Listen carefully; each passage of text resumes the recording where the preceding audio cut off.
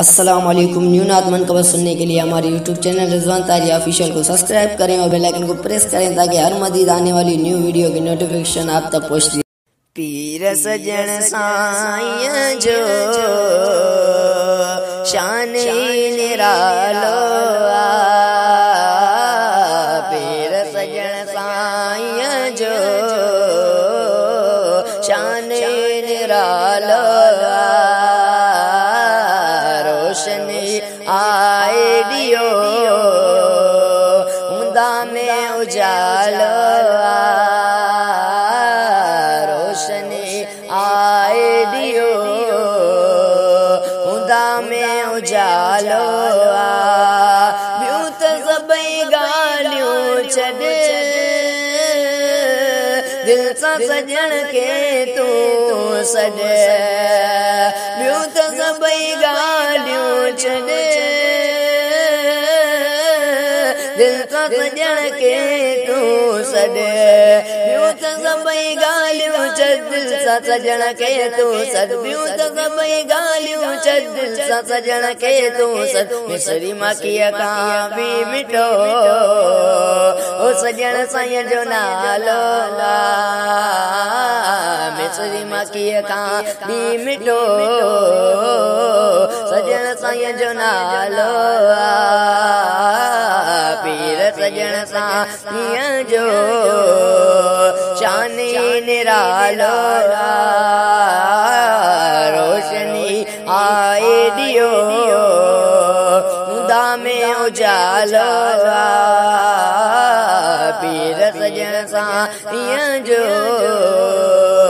शान निरालो, दिल में सजन जी बिया रखियो जड़ो जाम आ चखियो, दिल में सजण जे बिया रखियो ते जड़ो जाम आ चखियो, दिल में सजण जे बि रखियो ते जड़ो जाम चखियो, बिना के खटाण ते जो अगी वयो आलो, बिना के खटाण ते जो अगी वयो आलो, पीर सजन साईं जो शान निरालो, रोशनी आए दियो उदा में उजालो, पीर सजन साईं जो शान निरालो,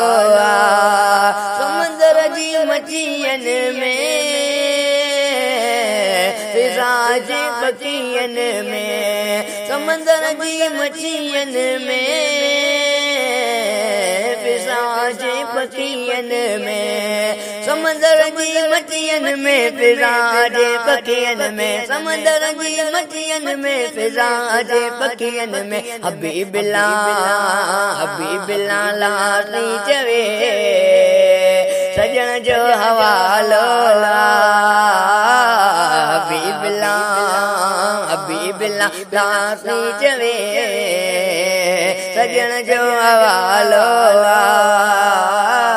पीर सजन साईं जो